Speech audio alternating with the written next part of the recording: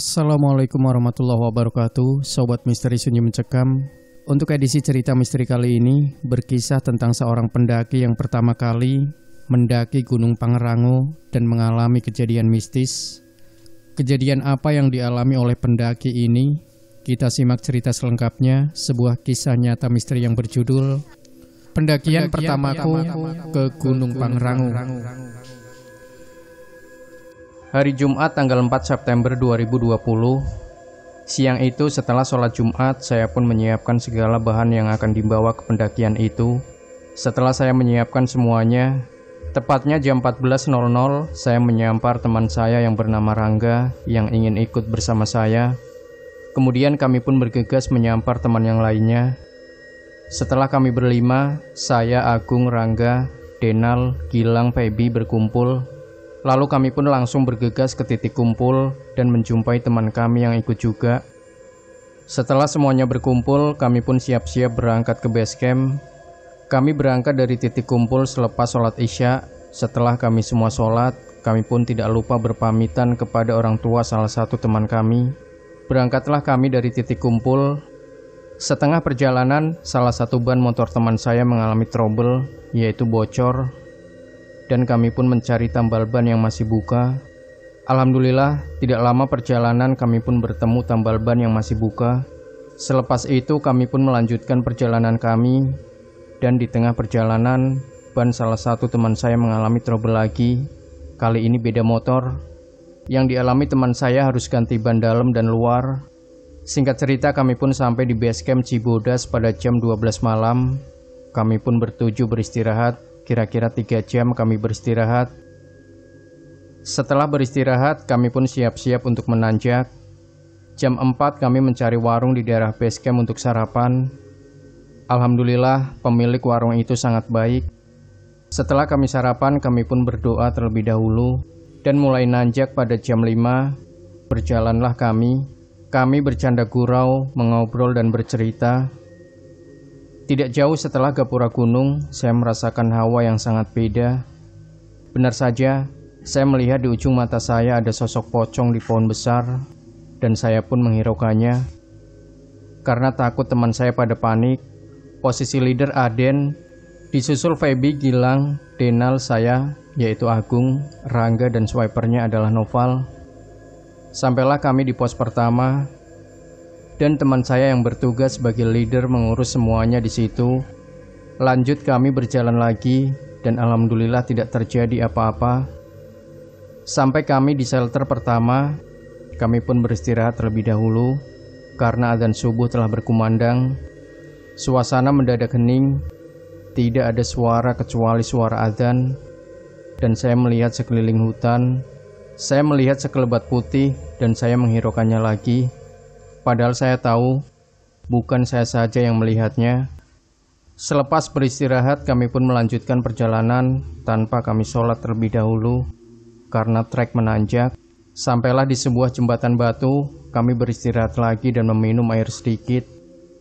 Lanjut perjalanan dengan mengobrol, sampailah kami di Telaga Biru. Kami mencuci muka di telaga tersebut, dan hari mulai terang, kami pun melanjutkan perjalanan lagi. Singkat cerita, sampailah kami di shelter Rawadenok 2. Kami beristirahat untuk nyemil dan minum.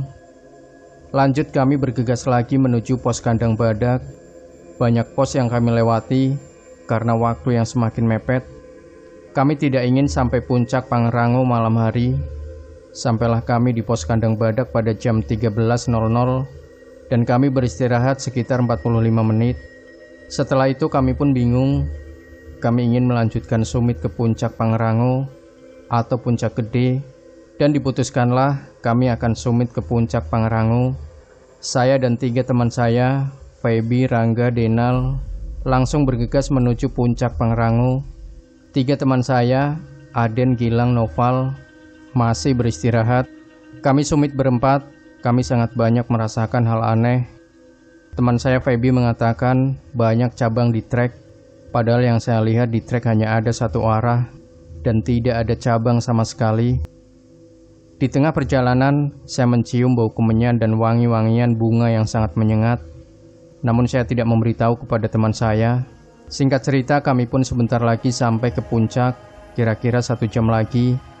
Dan di situ kami beristirahat untuk minum.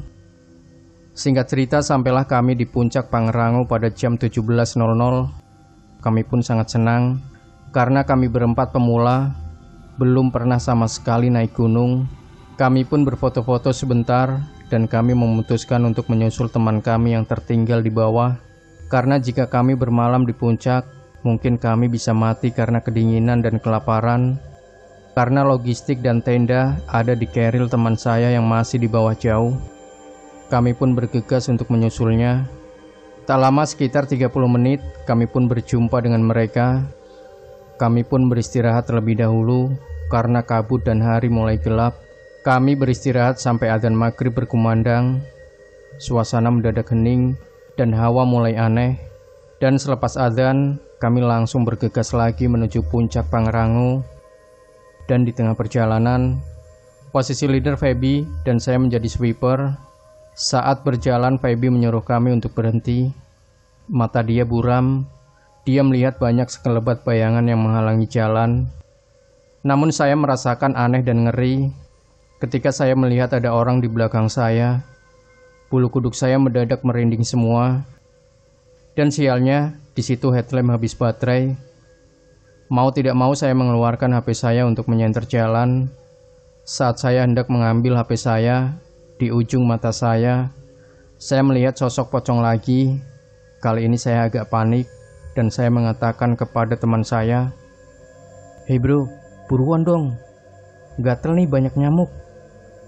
Setelah itu kami melanjutkan perjalanan. Saat kami melewati trek yang sangat menanjak, Noval pun merasakan hal ganjil. Dia melihat kami berenam berjalan ke arah jurang. Dia pun berteriak, "Woi, tungguin gua napa? Gua yang tuntun jalan aja deh." Saat Noval ingin naik ke atas karena treknya sangat tinggi, kami pun harus berpegangan ke setiap akar yang ada. Saat Noval ingin naik, sontak kaki dia ada yang menahan sampai jatuh. Di situ saya sudah tidak karuan. Saya ingin buru-buru sampai puncak. Karena cuaca dingin sekali, padahal saya memakai baju 4 lapis. Saat kami melanjutkan perjalanan, Feby lagi-lagi melihat jalan yang bercabang dan melihat sekelebat bayangan lagi. Dan saya mendengar berbagai macam suara aneh. Dari mulai suara kuntilanak tertawa di ujung hutan dan suara tembang yang samar. Dan kami mempercepat perjalanan. Saat kami hampir sampai puncak, kami menanjak lagi. Dan di situ kali ini teman saya yang bernama Aden, kakinya merasa ada yang menahan. Dan benar saja, kaki dia ditahan oleh sosok tak kasat mata.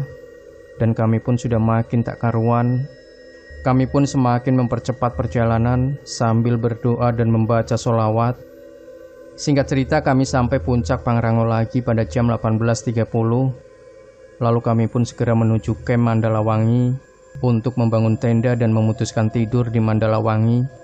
Singkat cerita, tenda pun didirikan. Masaklah kami dan ngopi-ngopi. Setelah itu saya merasa ngantuk dan saya pun tertidur. Saya terbangun pada jam 11. Dan karena saya mendengar suara nafas yang sangat kencang di telinga, saya pun menghiraukannya.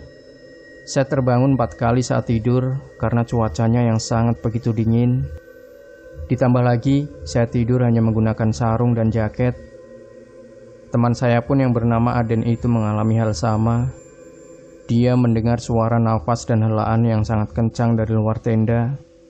Suara itu tentu bukan suara manusia, karena dari suaranya sangat berat sekali. Pagi pun tiba, masaklah kami dan makan-makan. Setelah itu kami pun berfoto di sabana yang ada di Mandalawangi, yang kebetulan bunga edelweiss saat itu sedang mekar-mekarnya. Singkat cerita, kami pun mulai melanjutkan perjalanan untuk turun dari camp Mandalawangi ke puncak, kira-kira hanya memakan waktu 5 menit.